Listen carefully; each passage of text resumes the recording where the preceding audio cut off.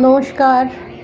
আমরা ধারাবাহিকভাবে আলোচনা করছি দুর্গা মায়ের অপূর্ব জীবন কাহিনী। দুর্গা মা তাঁর বাবার কাছে সন্ন্যাসের অনুমতি প্রার্থনা করেছিলেন, তাতে তার পিতা মর্মাহত হয়েছিলেন। সেই কন্যাই পুনরায় আসিয়াছে বালিকা বয়সেই পিতার নিকট কঠোর সন্ন্যাস ব্রতের অনুমতি লইবার উদ্দেশ্যে। কন্যার প্রার্থনার উত্তরে পিতা তাই শেষ পর্যন্ত বলিলেন, একটি শর্তে তোমার সন্ন্যাসে আমি অনুমতি দিতে পারি। আমার সঙ্গে বসে আজ তোমায় খেতে হবে। কন্যা বলিল, আমি ব্রহ্মচারিণী, কারোর সঙ্গে এক পাতেই বসে খাই না। পাশে বসে খেতে পারি, কিন্তু সংসারের রান্না তো আমি খাবো না। দ্বিপ্রহরে পিতা স্বয়ং শুদ্ধ আচারে পৃথকভাবে রন্ধন করিলেন। বহুকাল পরে পিতা পুত্রী পাশাপাশি বসিয়া আহার করিলেন। পিতা অপরিসীম আনন্দ লাভ করিলেন, কিন্তু পরিশেষে তিনি চরম কথাই ব্যক্ত করিলেন। নারীর সন্ন্যাস নিষিদ্ধ, এতে আমার বংশের অকল্যাণ হবে। এহেন প্রশ্নে কন্যা উদ্বেগ বোধ করিল, কিন্তু অবশেষে বলিল, আমি সন্ন্যাসিনী হলে আপনার বংশের অকল্যাণ হবে না। পিতৃপুরুষগণ প্রসন্ন হবেন। শ্রীরামকৃষ্ণের তান্ত্রিক গুরু সন্ন্যাসিনী ভৈরবী ব্রাহ্মণী ছিলেন। অতঃপর পিতার পদপ্রান্তে ভূমিষ্ঠ প্রণাম করিয়া কন্যা প্রার্থনা জানায়, আপনি প্রসন্ন মনে আমায় সন্ন্যাসে অনুমতি দেন। দৈব অনুকূল পিতার অন্তর বিগলিত হইল। পরীক্ষায় কন্যা উত্তীর্ণ হইলেন।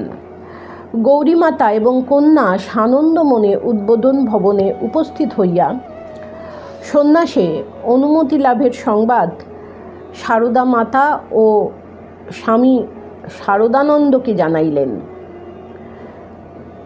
শ্রী শ্রী মাতার অনুমোদনে শারদানন্দজি পরবর্তী রাধাষ্টমী তিথিতে কন্যার সন্ন্যাস ব্রতে দীক্ষার দিন ধার্য করিলেন। সন্ন্যাস গ্রহণে পিতার অনুমতির সংবাদ সকল আত্মীয় পরিজনের মধ্যে প্রচারিত হইয়া গিয়াছে। ইহার ভিতর মামা আসিলেন, ভ্রাতা আসিলেন, মাতামহী আসিলেন। কন্যা ভীত শঙ্কিত। শ্রী গুরু কৃপায় মেঘ ও আশঙ্কা দূরীভূত হইল, অবস্থা অনুকূল হইল।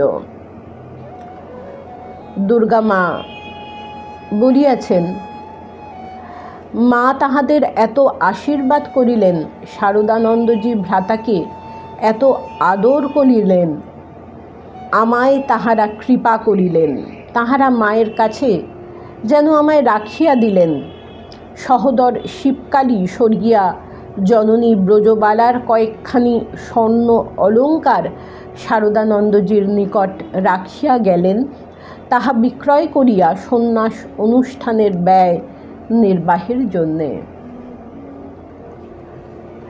যে দিবস শ্রী শ্রী মাতার নিকট কন্যা সন্ন্যাসের প্রার্থনা নিবেদন করে, তাহার পূর্ব হইতেই তাহার মন আনন্দ এবং নানা ভাবনায় আন্দোলিত হইতেছিল। সেই দিন থেকে মন বড় ভরে রইল। দুর্গামা বলেছেন, মা কি নির্দিষ্ট করেছেন? আমি বলেছি মাকে ছুঁয়ে, মা যা বলবেন তাই করব। মা মা তুমি আমায় তোমার করো। আমি সন্ন্যাসী হয়ে পুরীতে থাকবো, জগন্নাথ দেখব। মা তো শুধু মুখে মুখে আশীর্বাদ করলেন, কই বললেন না তো তুমি সাধু হবে। এইসব কথাগুলি তার মনে আন্দোলিত হচ্ছে তখন। দুর্গামা তখন নিজ পরিধানের বস্ত্রখানির মূল্য মনে করে তার মনে বিরাগ এলো। তিনি ভাবছেন, মা বোধহয় ভাবলেন, এমন ভালো কাপড় পরে আছি, সোনার জিনিস গায়ে রয়েছে, এ সাধু হবে কি করে? মন আবার বলল, না মা ভগবতী, মা জানেন আমি সাধু হতে চাই। ইহার কিছু পূর্বেই আমার চুড়ি, নোলক, হার, মাকড়ি রাধা রানীকে অর্পণ করে নিশ্চিন্ত হলাম। শ্রী শ্রী মা বারবার হাত দুটি ধরে দেখলেন, বললেন, পবিত্র ফুল। নমস্কার। প্রাণারাম প্রাণারাম প্রাণারাম প্রাণারাম প্রাণারাম প্রাণারাম।